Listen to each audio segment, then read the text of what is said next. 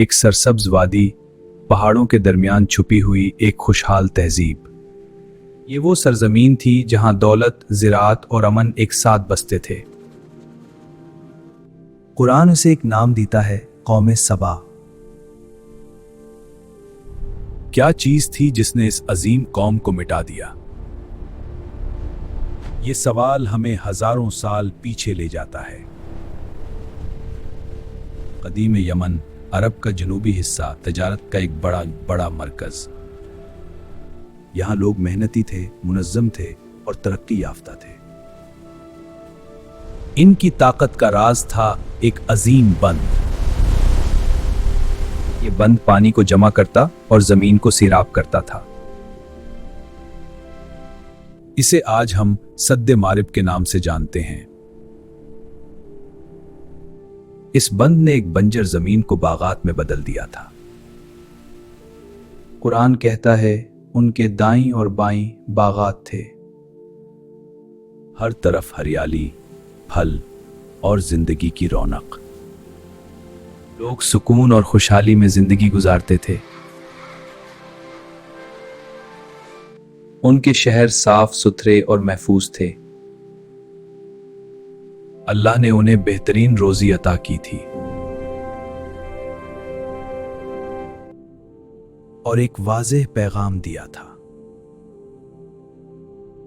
अपने रब का रिज़्क खाओ और उसका शुक्र अदा करो। शुक्र, यही उनकी कामयाबी की कुंजी थी।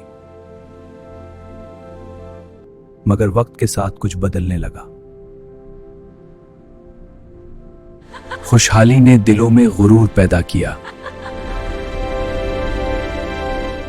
नेमतें मामूल लगने लगी।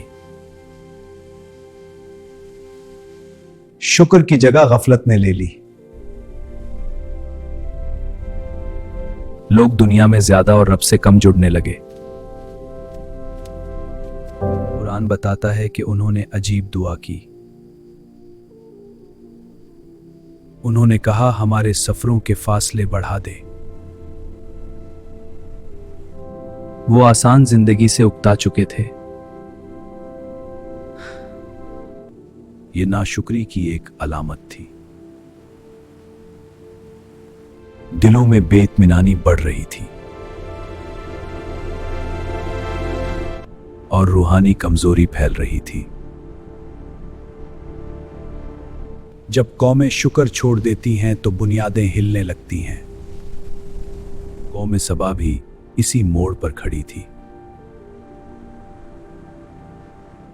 बाहर से ताकतवर, अंदर से कमजोर। नेमतें मौजूद थीं, मगर कदर खत्म हो रही थी। और यही जवाल की पहली निशानी थी। वक्त गुजरता गया और नाशुक्री की आग दिलों में बढ़ती गई।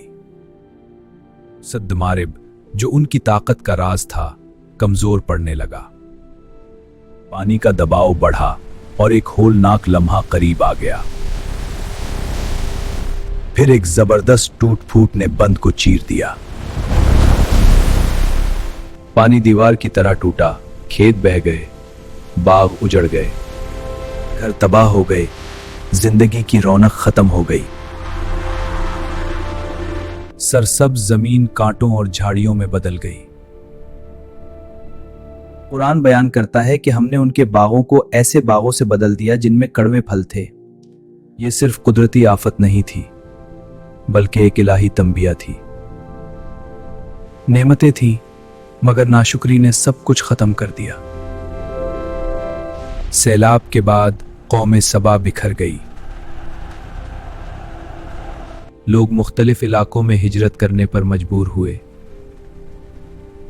जो कौम कभी ताकत और खुशहाली की अलामत थी, वो इबरत की मिसाल बन गई।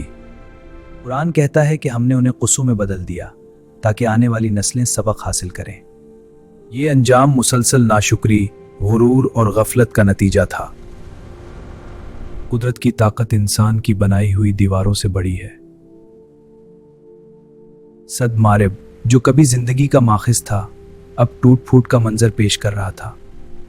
यह सब कुछ एक मुतवातिर तंबिया थी, दिलों को झंझोड़ने वाली। लोग अब अपने उरूज की याद को बस यादों में रखते थे।